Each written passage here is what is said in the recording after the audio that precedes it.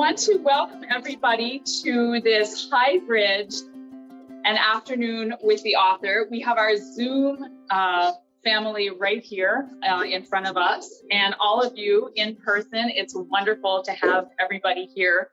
We started this about 1.5 years ago at the start of COVID, and everybody was on Zoom. So again, it's really nice to have everybody back in person. And we hope this hybrid works out for our Zoom family. Let us know, and we'll work out the kinks for the next one.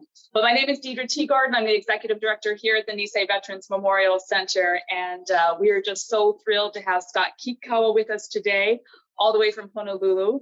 Before I introduce Scott, however, we have a very special guest, someone who is a friend of the center from before the center was even built. Mayor Michael P. Victorino, his wife Joycelyn Nakahashi.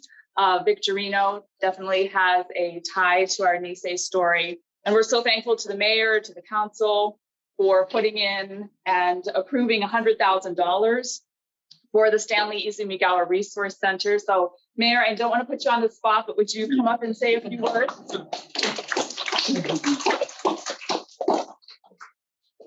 First of all, welcome. It's so nice to be around people again.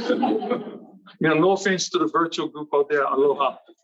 But it's so nice to have and see and be able to touch other people. We're the generation that still believe in interpersonal contact, talking, looking you in the eye, seeing, hey, are you telling me the fact, brother, or what? But COVID taught us to change the way we live. We went to virtual. And most of my last 2 years has been in virtual reality. In other words, all seeing people.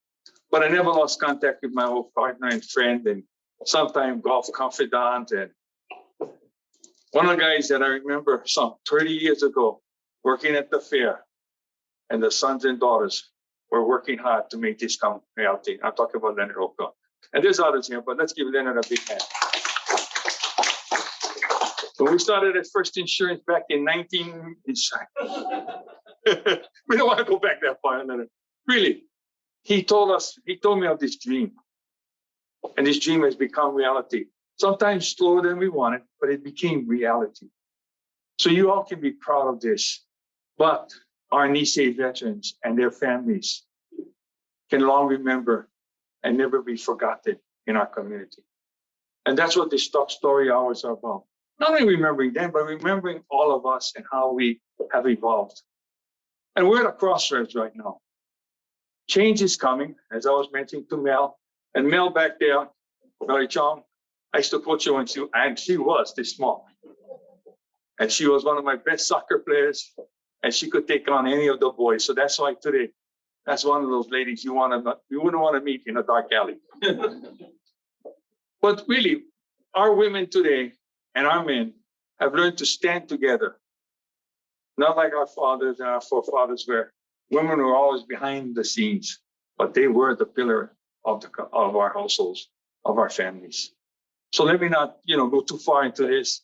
I want to welcome everyone. I just thought I'd put a few comments about what I see, what I've enjoyed. We continue support. We're putting money in this year's budget to continue help, because this is something Maui County and our Nisei veterans deserve. And I will do everything so long as I am here, and whatever else I do after that, to make sure we keep helping this continue to grow so the memories will never die. Like my father-in-law never once spoke of all the years that he served in MIS, never said anything about it.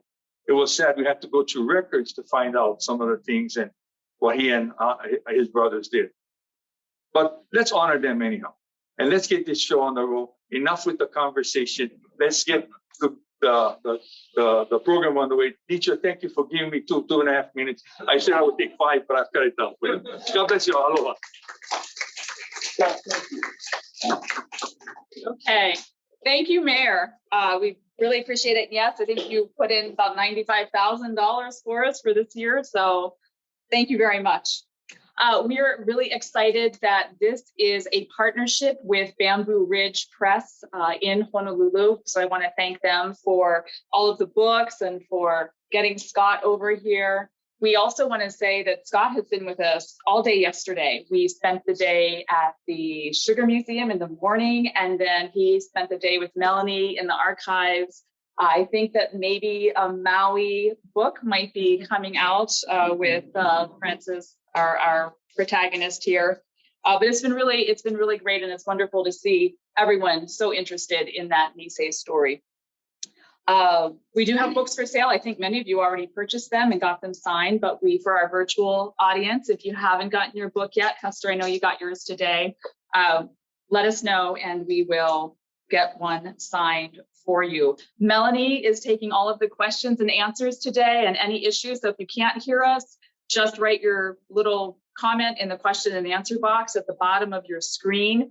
Melanie will take care of all problems for us today. So this and other ones. So thank you, Melanie. Without further ado, it gives me great pleasure to welcome back Scott Kikkawa. A product of Hawaii Kai in East Honolulu, Scott Kikkawa is the author of noir detective stories in post-war Honolulu, featuring Francis Chic Yoshikawa, which have appeared in the pages of Bamboo Ridge, the Journal of Hawaii Literature and Arts. Kona Winds, his debut novel, earned him recognition as a recipient of the Elliott Cades Award for Literature. He also serves as a columnist and associate editor for the Hawaii Review of Books. The New York University alumna is currently a federal law enforcement officer and lives with his family in Honolulu. Red Dirt is his second full-length novel, and it's fantastic. Please help me welcome Scott Kikkawa.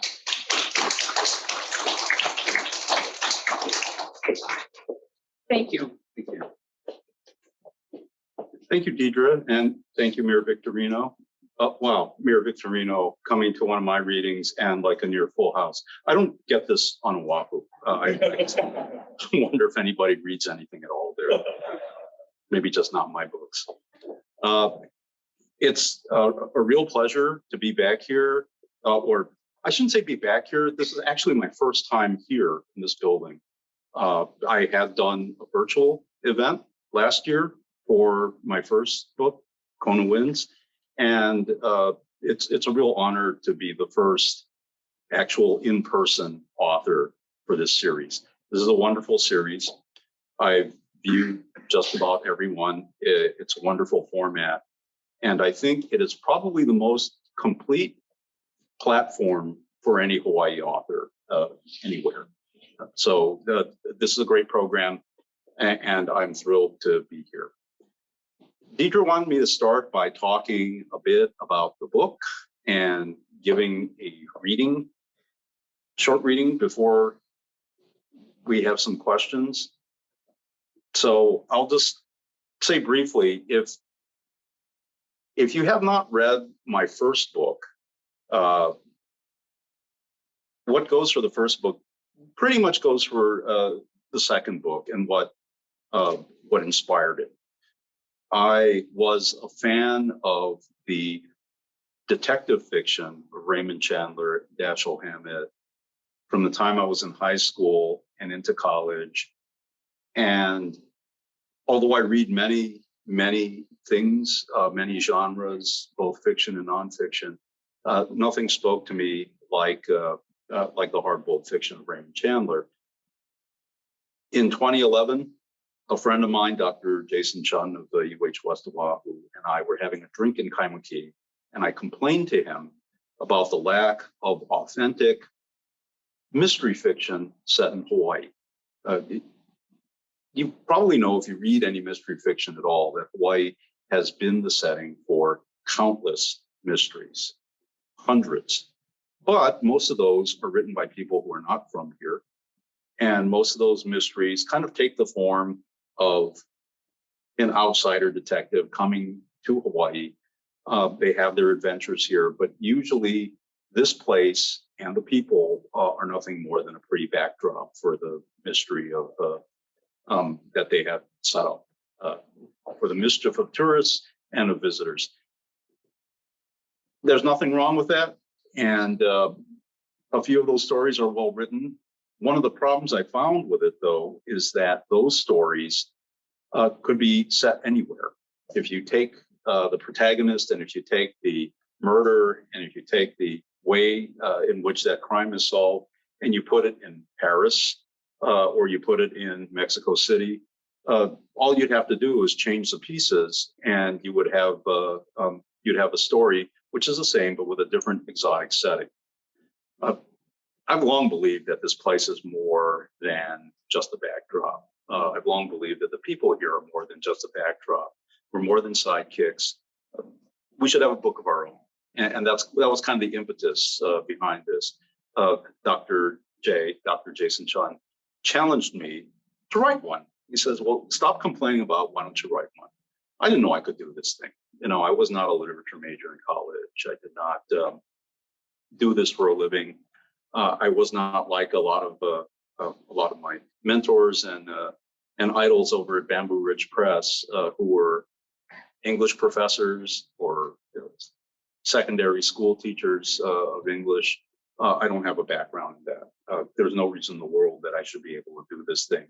But it turned out that Bamboo Ridge took a chance on me. I had finished a manuscript for Kona Winds. It took me 2 years to do it. And I had queried it out to about 100 literary agents in New York City. And every single one of them rejected my manuscript. I did get, though, requests for what they call a full or partial manuscript about 20% of the time, which I understand is not bad, but all those ended in rejection.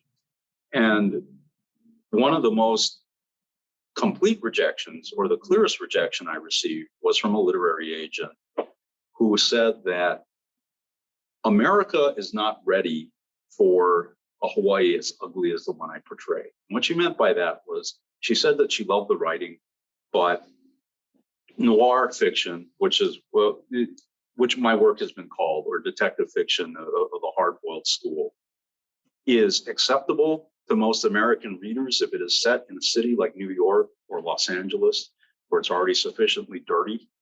Hawaii is America's pristine tropical playground, and nobody wants to know about our ugly history here. Nobody wants to read about a story where there was divide and conquer, racist labor practices on the plantations, or there were what amounts to de facto segregation practices in a near feudal economy during the territorial years.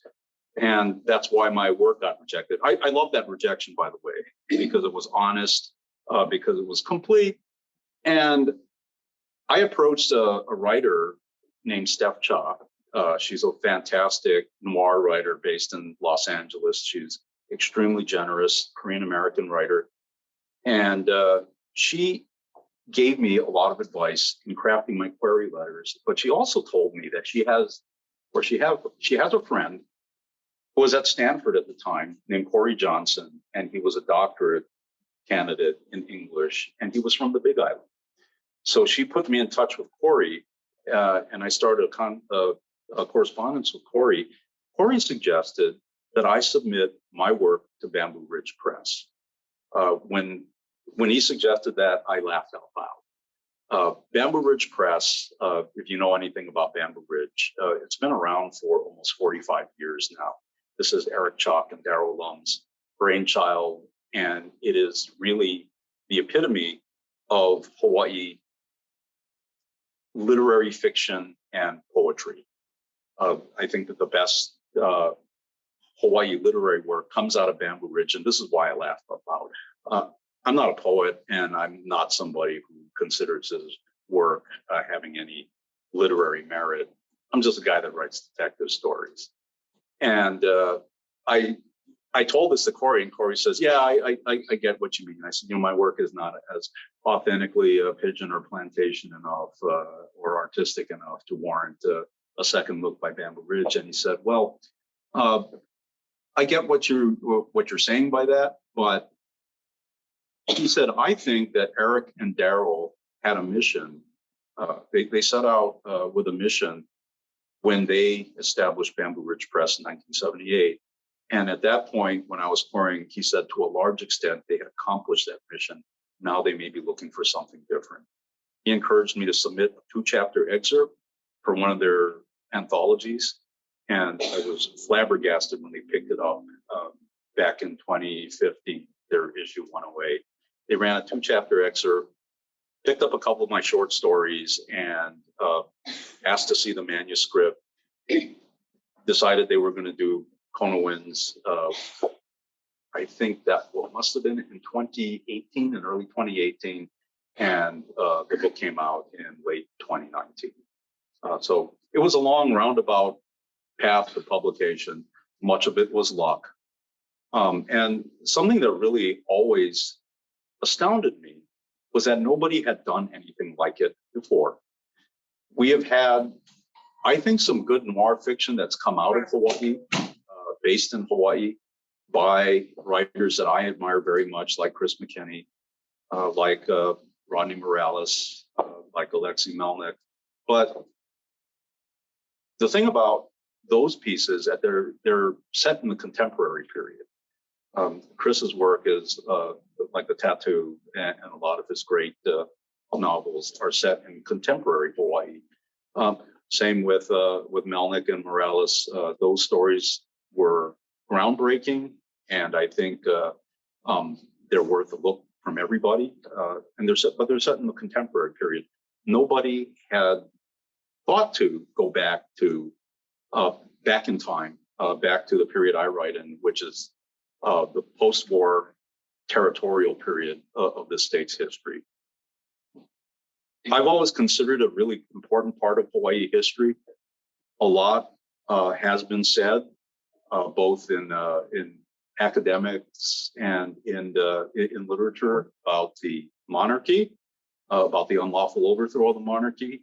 A lot has been said about the attack on Pearl Harbor and Hawaii's involvement in World War II, and a lot is said about contemporary Hawaii. But those years between the overthrow of the monarchy and today's modern contemporary Hawaii really barely get a mention, not just in literature, but in scholarship as well. We do thankfully have now in our university system a few scholars and experts in territorial history, and I have had the pleasure of knowing and working with these folks like Dr. John Rosa at the University of Hawaii. They've helped my work immensely. Bill Pewitt at the University of Hawaii West Oahu's CLEAR, the Center for Labor Education and Research at UH West Oahu, had opened up the collection to me and had allowed me in to handle all those primary sources. One of my favorites was a legal pad, with handwritten notes by John Reinecke, one of the Hawaii Seven. And I went in there without white gloves to handle this stuff. I feel really bad about that. But it gave me a really good perspective on the period. For me, and for many of us, for those of us who consider ourselves local, but we are neither native Hawaiian nor Haole, the territorial years were really our crucible of struggle. It was the time on the sugar plantations and the time of change, the unfair labor practices, the divide and conquer strategy of the Big Five, where different ethnic groups are separated into different camps and paid a different scale, largely to prevent them from organizing. One of the miracles of the labor movement in the territorial years was that all these groups were able to put aside their differences and organize and improve conditions for everybody. And I wanted to bring some of that to the page. A lot of what I admired in Raymond Chandler's work was his ability to take the disillusionment of post-war America. He did write in pre-war. Half of his novels are set pre-war America, but the other half were set post-war America. But he had the ability to take the disillusionment of returning servicemen and the nation as a whole after a large conflict like World War II, and have it really affect the mindset and the ethos of his detective protagonists. He set them in a Los Angeles that was kind of a thin veneer of respectability over a lot of bad behavior. And when I read this, it struck me that territorial Hawaii is really kind of the same thing. A lot of that thin veneer of respectability, especially for me, I grew up in our Japanese American community, talk about veneer of respectability. And Japanese Americans, and while I have a great affection for the group I come from, also kind of have this collective denial where they believe that bad things are only done by other people. And I thought, you know what could be more noir than that? And this is why this became subject matter for my books. I thought that that agent that sent that rejection hopefully was wrong in a sense, that maybe one day audiences outside America or outside of Hawaii, readers outside of Hawaii would be interested in knowing what happened here during the territorial years, what happened before the jet age, before tourists came in droves, because air travel became affordable, became ubiquitous, when our economy's backbone was agriculture, was sugar and pineapple, in a time where technology out in the fields were changing, but had not quite changed yet, where there was still a lot of manual labor that was required out in the cane fields, and kind of the dichotomy that was created between the haves and have-nots. So that was a result of Conowin's, and that started with the inspiration for these books start with like a single kind of idea. And Conowin started with the idea that I would like to write something that imagines a plausible fallout of the big sugar and dock workers strikes of 1949. So what might happen as a result of those strikes, and what might happen if there were some shady dealings during the times of those strikes. And that produced the first book. Red Dirt, and what produced Red Dirt, or the inspiration behind it, was the Hawaii 7 trial. The Hawaii 7 is something that is not talked about a lot by people who lived through those events, including my own parents, including a lot of folks that are their age. It was front page news at the time, and but hardly anybody mentions it anymore. And what the Hawaii 7 trial was about, where there were 7 prominent labor leaders and journalists who were brought up on Smith Act charges, which is the violent overthrow of the United States government. They were accused of plotting the violent overthrow of the United States government. And this was during the time of the Big Red Scare in the 1950s, when anybody who organized and anybody who protested was labeled communist. And the truth of the matter is that many of them were communists, but not in the sense, my research told me, that that history would lead us to believe. There was a lot of pettiness. There was a lot of office politics and bickering among both the investigators of communist activity and of perpetrators of communist activity. A lot of times these folks resembled more of a sewing circle than they did a group of revolutionaries, always complaining about who's going to get to go to San Francisco for this training and who's going to get to handle the money and that type of thing. And I thought that was fascinating. I thought that was terrific stuff. And it was a stuff of noir, because in the end, no matter how lofty our motivations may be, at the end of the day, most of us are just petty human beings. And that's kind of what what this book hopefully kind of gets across and conveys, using the Hawaii 7 trial as a backdrop. A little piece of, I'm not going to say it's forgotten Hawaii history, but it's a Hawaii history that's not really mentioned by a lot of folks. So what I'm going to do is I'm going to read a couple of very short passages from this book. Juliet Kono, or Juliet Kono Lee, she's known professionally as Juliet Kono, one of those legends of Bamboo Ridge Press, is my content editor. I'm lucky enough to have had her as an editor on both my novels. And what Juliet had me do for Kona Winds was write a prologue. This is something that didn't accompany the original manuscript. And it turned out to be a fantastic idea. When she had the Red Dirt manuscript, she told me pretty much the same thing. Could you write a prologue? And I think this was toward the end of our content edits, right before we went to copy edits. She asked me to put together a prologue. So I sat down and I wrote one, maybe in 45 minutes.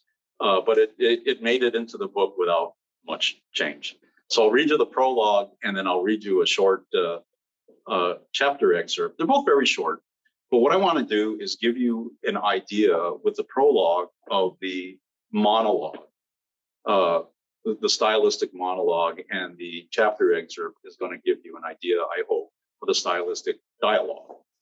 Monologue and dialogue, to me, are two of the important elements of detective noir fiction.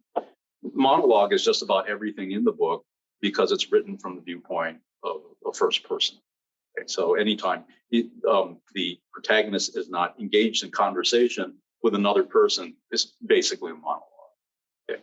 So I'm going to read this in what I call detective monotone, so excuse that, but this is the voice that I envision this is read in. So here's the prologue.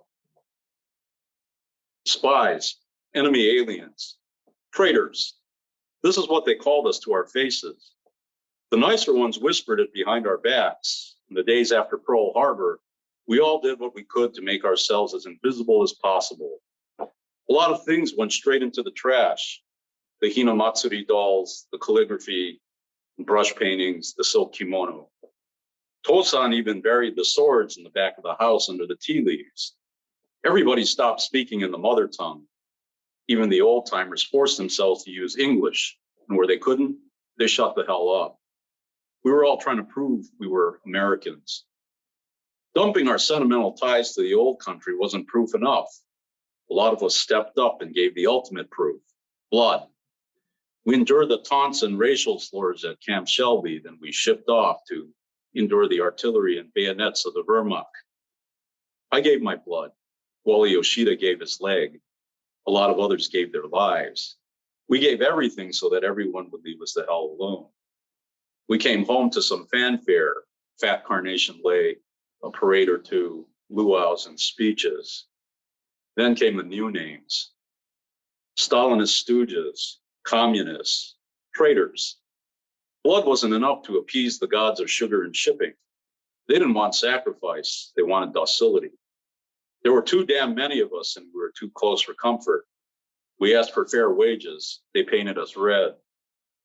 I came home from the war and went to college in New York City on Uncle Sam's dime.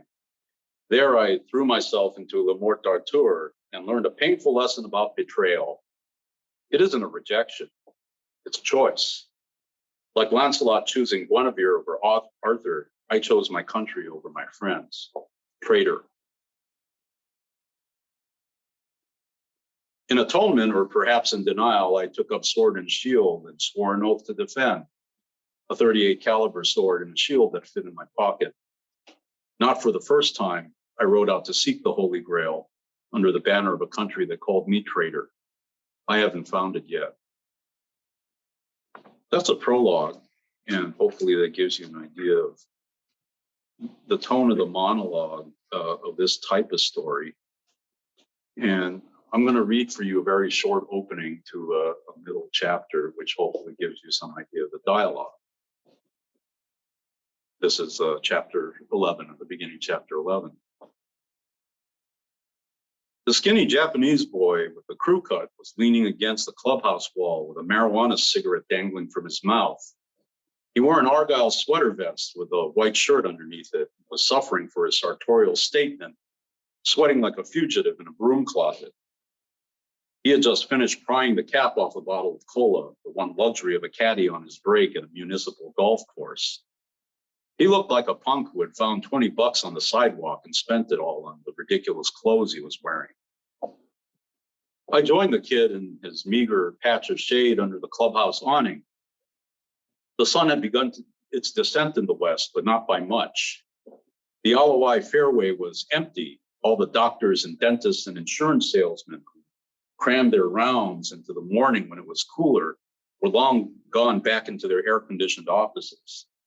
I took a cigarette out of a pack and lit up. He eyed me suspiciously as I undid the top button of my shirt and loosened my tie. "Can I help you?" he asked, though in a way that was not at all helpful. "I sure hope so." "I'm off duty right now. You want a caddy? My break ends in 15 minutes, he said, surly and suddenly no longer enjoying his cola. "Do I look like I'm dressed for a tea time?" "How the hell should I know? You're the one wearing the Ben Hogan getup in 83-degree weather. What the hell do you want?" That did it. I wasn't taking any lip from a cockapple punk, especially because I used to be one myself. I grabbed him by his collar and snarled, "You mean what the hell do you want, sir? You sure say hell a lot for someone who lives on tips." The kid's eyes grew wide with fear. Okay, I'm sorry. I'm sorry, sir. No need to get violent. It's been a long day." I released my grip on his collar. "Yeah, for you and me both." I took a $5 bill out of my pocket and held it between my index and middle finger in front of his face.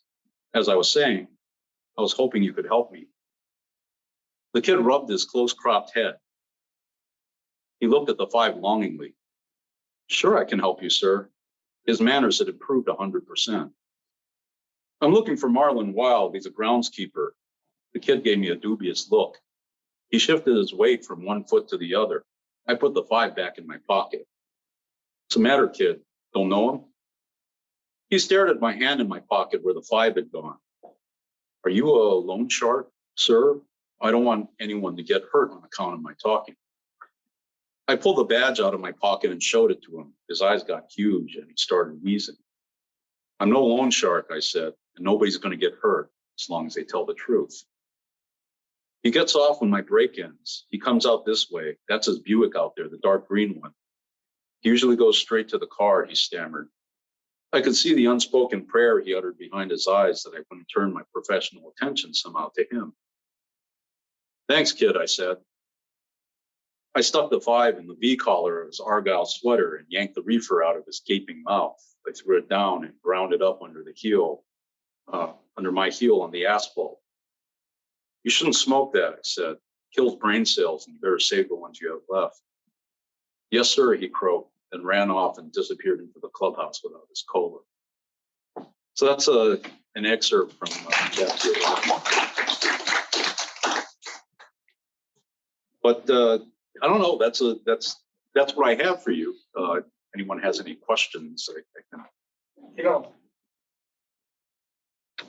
you just brought up something that many in this room, I will speak for others, I'll speak for myself, have long put in the back of our archives, in our memories. You've spoken of a time which I grew up in, like you, where our parents always said, "You don't have anything good to say, be quiet," right? "Don't complain. Be thankful," right?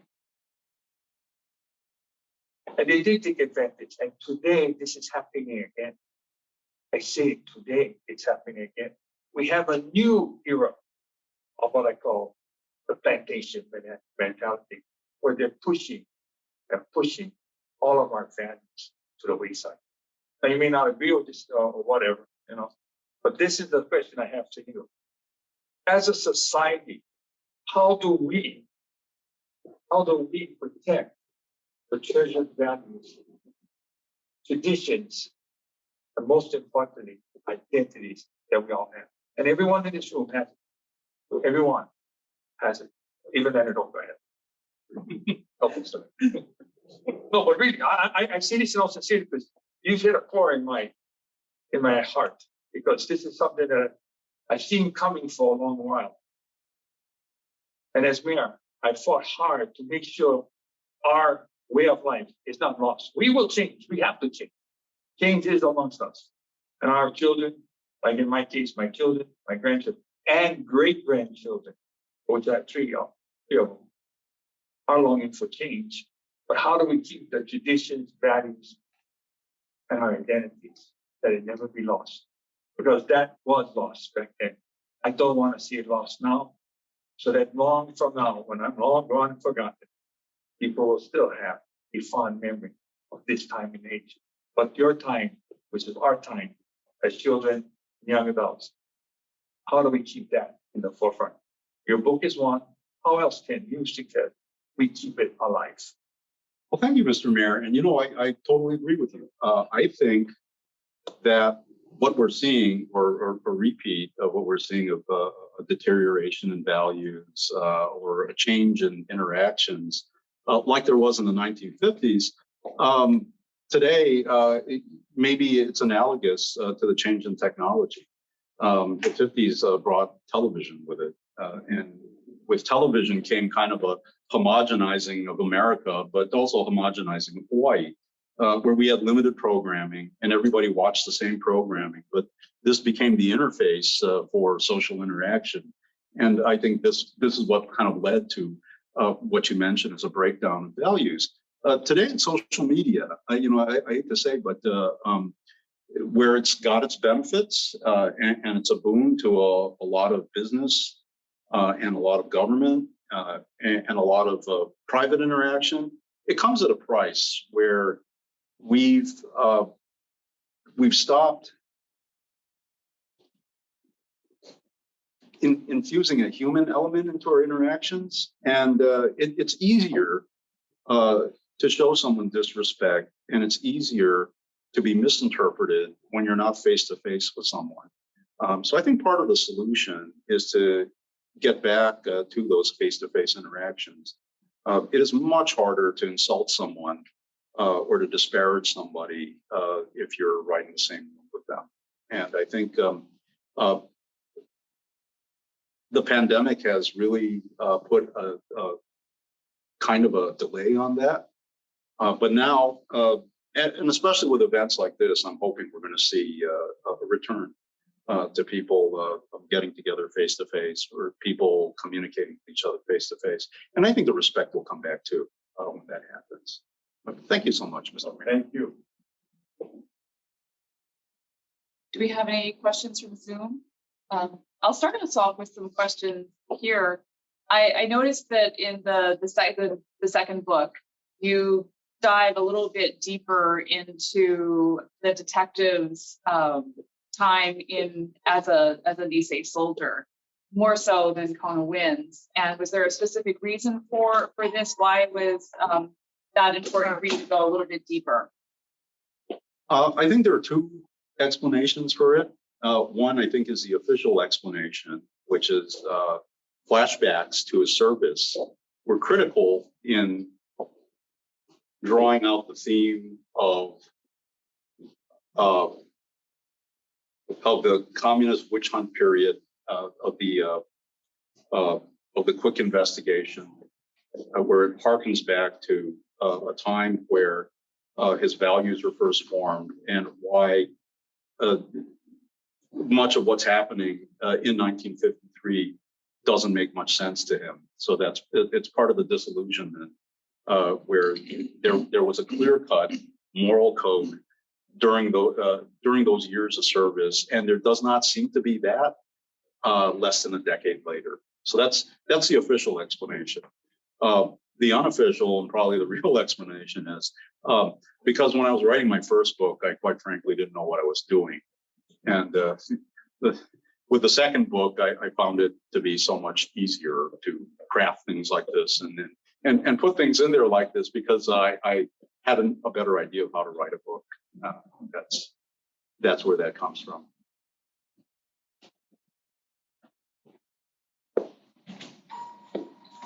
I'll leave it to you then. Thank you, everyone. Thank you, Mr. Mayor. Okay. If you have a personal connection to this family, It's funny because I have remembered when I did my virtual for Kona Wins, talking to Dieter about that. In my immediate family, we did not, because we skipped it by half a generation. My father was born in 1936. So the time Pearl Harbor was bombed, he was 5 years old. He would have been much too young to serve in World War II. That kind of carried on into my generation. I registered for selective service in the 1980s, and the only conflict back then was Grenada, where they weren't really drafting anyone. And by the time the Gulf War rolled around, I was too old to go. So we dodged a bullet in conflicts in terms of being off by half a generation. But I did have an uncle. My father had a number of siblings who were much older than he was, including my Auntie Alice, who was, I think, 16 years older than him. And she married Mitsui Nishio, my uncle Machu, who served in an engineering battalion. And Deidre pointed out this is the 1399. And nobody knew about this until he was really, or his immediate family knew about it. My auntie, my cousins knew, but nobody, like in my family, knew about it until he was really much older. And by the time I had gotten around to be interested in asking about it, he had already passed away. So much of what I found about his service was at his funeral, unfortunately, during his eulogy, where I learned a great deal about his service. But it was one of those things he never ever talked about. I wish I could have interviewed him. But this was a few years ago, maybe 10 years ago or so. Probably long before I had the inclination to talk to anybody about their personal history, which is my fault.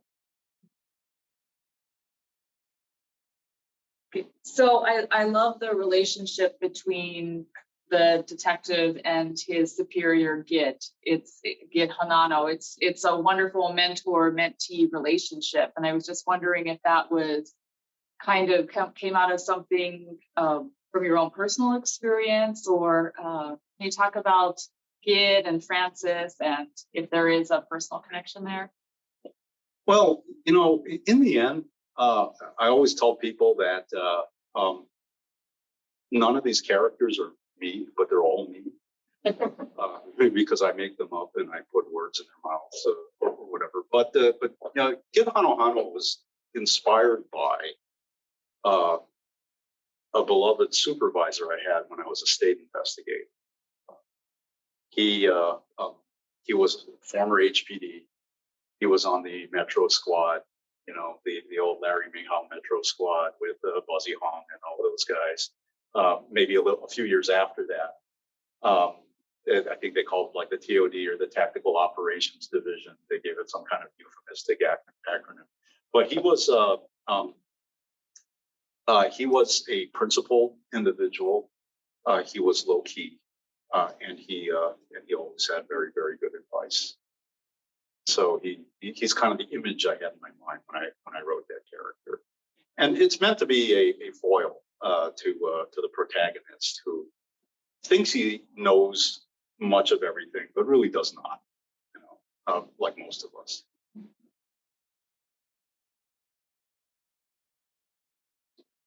Do you have any questions? Can you talk about your process of actually writing? I know that you love fountain pens. Yeah. So do you write on a computer? Do you write paper and pen?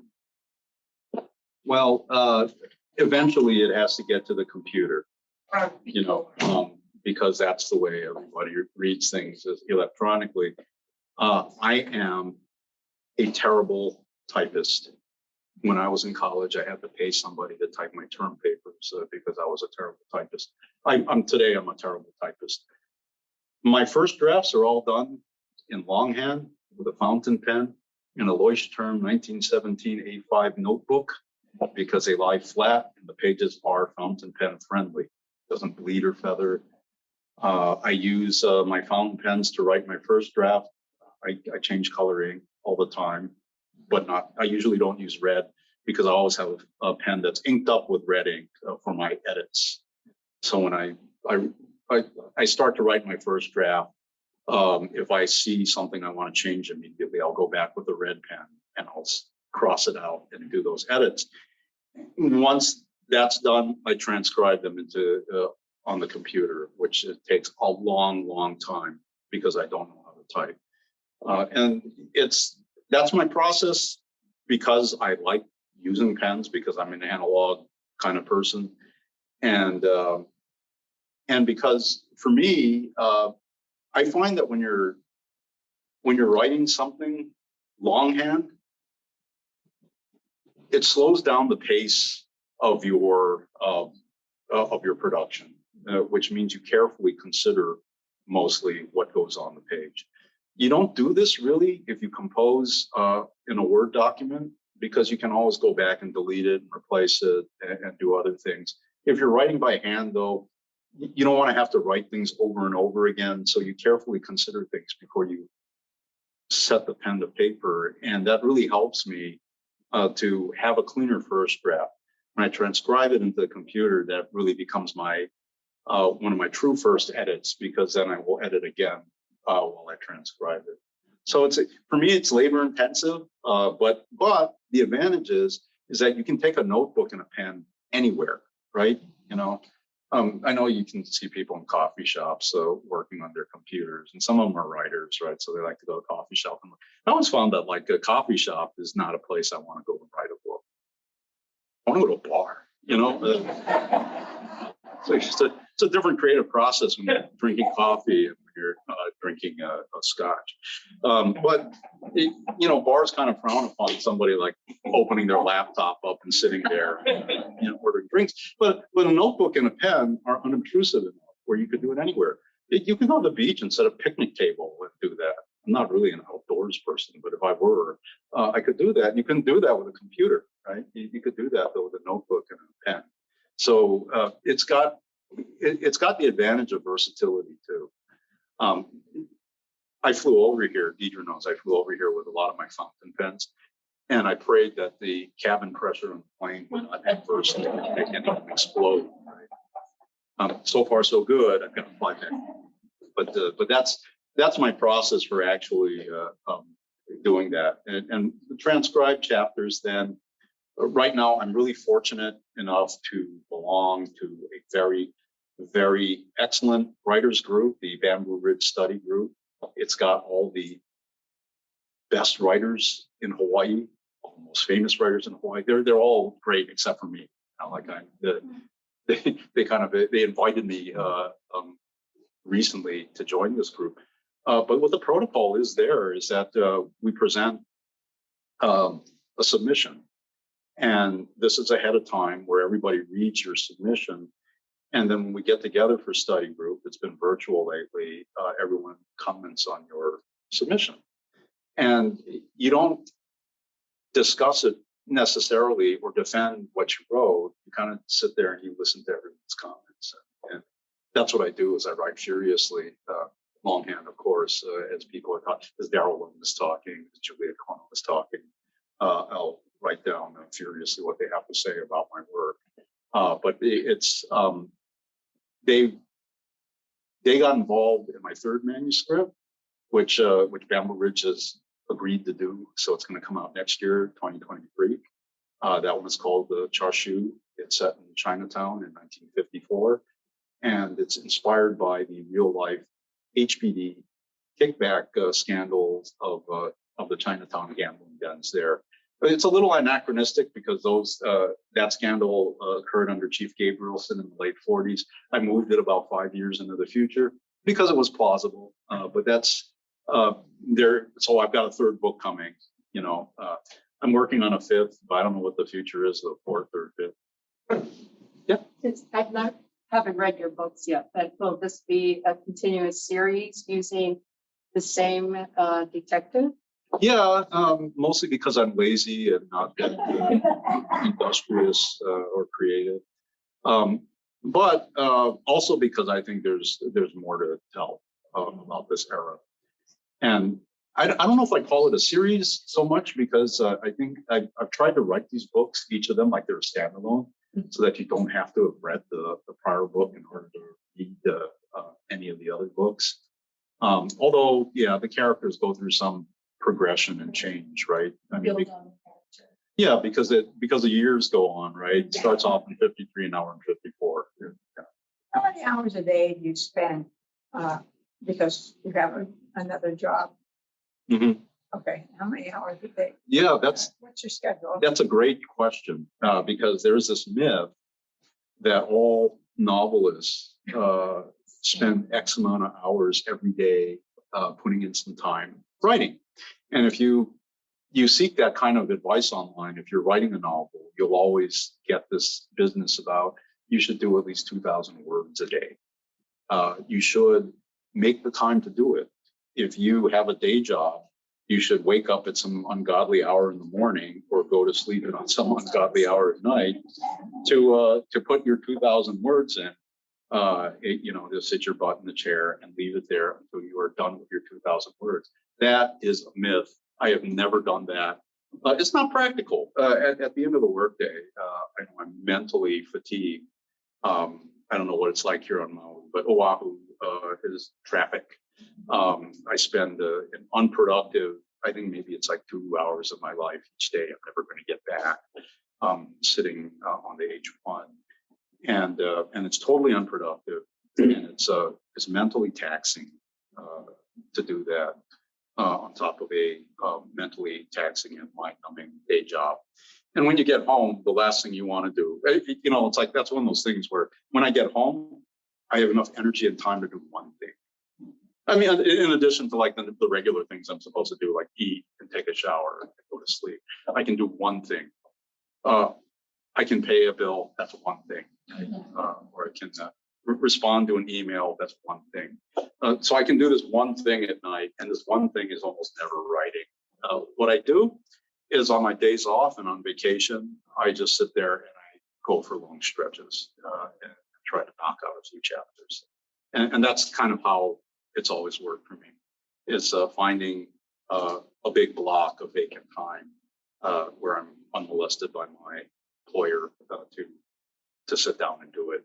So that's my methodology. I could not subscribe to this advice about cranking out. And really advice like that are for writers who want to make a living at doing this. I did not have any illusions going into this that I would be the next Stephen King or be able to quit my day job because I wrote a book. You have to, I think if you understand that, then writing is fine. If you understand that you're not going to, it's not going to pay the bills for you. It's great. I think I made exactly something like $3,000 as a writer today. That's not going to allow me to retire. But that's how I do it. I don't write every day. In fact, most days I don't do any writing. Yeah. Well, your handwriting must be better than mine. Okay, because if you do that, I used to do I was a secretary for the Nisei Veterans, and I used to take notes, and maybe 2 weeks, 3 weeks later, I'll type it out. And I couldn't remember what I wrote. I couldn't read it. Have you ever run into that? Your situation is a bit different. Like mine, nobody reads my minutes, Okay, but in your case, you're writing a book.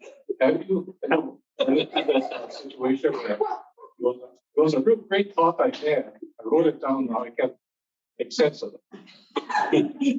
Any time. I write in cursive, and sometimes, quite frankly, to me, it's illegible. I have to go over that. And these are usually with proper nouns or names that I write down, and I have to look at it and go, what is that place? I have to figure this out by context, right? Whose name is this, or what place name is this? And then I have to go back and read and say, oh, okay, it's supposed to be this, but mostly with proper nouns, especially like Hawaiian names, Japanese names, because there's a lot of K's and vowels that go run together, and E's look like A's and I's after a while in my kind of scrawling hand, and I have to really, really think about it. So the way I do it, is good for my creative process, but it is not efficient by a long shot. Another question. How do you determine characters' names? I mean, do you just pull them out of the air, or as you said, it brings up a friend and you get the name based on a friend? Or Yeah, well, it's because I'm writing in a period where I know a lot of people. There are people my parents' age that have names like this, right? The names that people don't have anymore. Names like Ethel and Florence, Francis, Herbert, names like that. And the way I get them is like people that that my parents knew, it's like all my family, friends, and my uncles and aunties.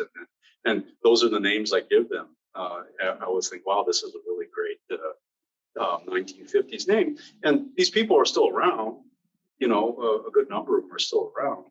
But it's really fun to imagine somebody with a name like Apple, who's maybe in their 20s, and that, yeah, that's how those names come. That's easy because there's so many living examples of that. By the way, I like those names better. Yeah, there are too many Joshuas today. Sorry for all those Joshuas. Yes. I appreciate the little romance, love story aspect in the detective, story. Just that you put that in there. Well, thank you. That kind of just happens organically and by accident. Somebody asked me, how I write women. I'm not one myself, so how do I figure that out? Have you ever seen that Jack Nicholson movie, As Good as It Gets, where the person at the publisher asks him, "You write women really well. How do you do that?" And he says, "I think of a man, and I take away reason and accountability."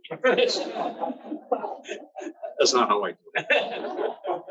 I think that women are smarter than men. I think they are more interesting than men. A lot of them end up being my murderers, and that's as a consequence of the fact that they tend to be much more complex and interesting personalities. For me, I grew up around women. I'm constantly, I have to live with them all the time. My mother, my sisters, wife, daughter, many coworkers, and people in my chain of command at work. I always complain to my coworkers, why do I have to live with women at work? I live with them at home. Why can't I just work with them? It's always the, but you know what? It kind of reveals a more complex motivation in even very small things. And for me, to put a little bit of that on the page, I think makes a more interesting story. And I try to do a little bit of that, and hopefully some of that comes across. But at the end of the day, like even those female characters are just me, because I make them up. But yeah, that's the first time I've received that kind of compliment. I didn't think at all I was getting it right.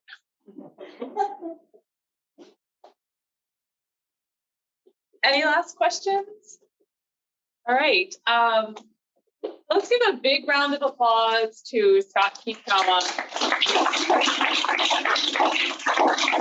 who obviously gets all of it right.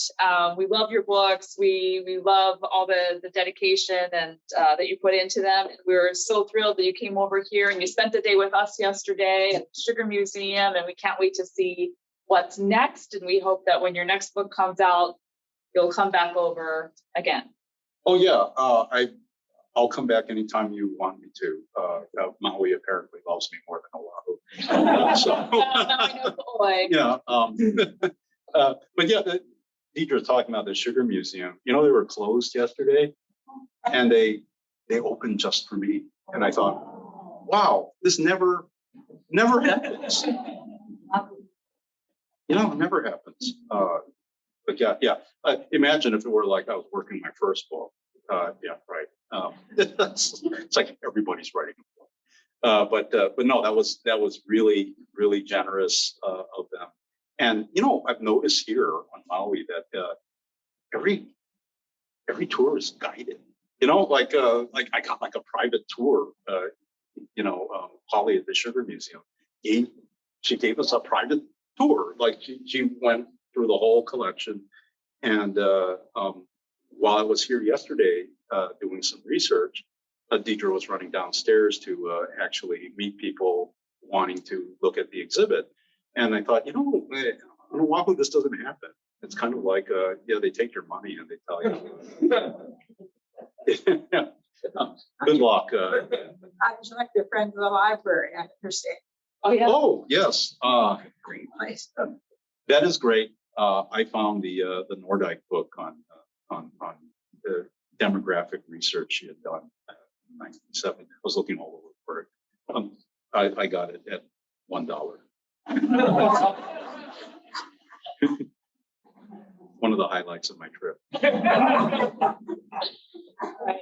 Well, thank you very, very much. Thank you to our Zoom audience. We hope you were able to hear everything okay. And this will hopefully be uploaded to our YouTube channel. We just need to figure out how to do that. But thank you, Zoom family, and thank you, our in-person Nisei Veterans Memorial Center family.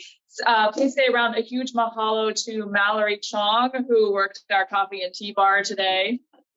So help yourself to more coffee and tea and snacks. If you haven't gotten your book signed yet, or you want to go back and just chat, Scott will be here for a while. So thank you very much. Thank you.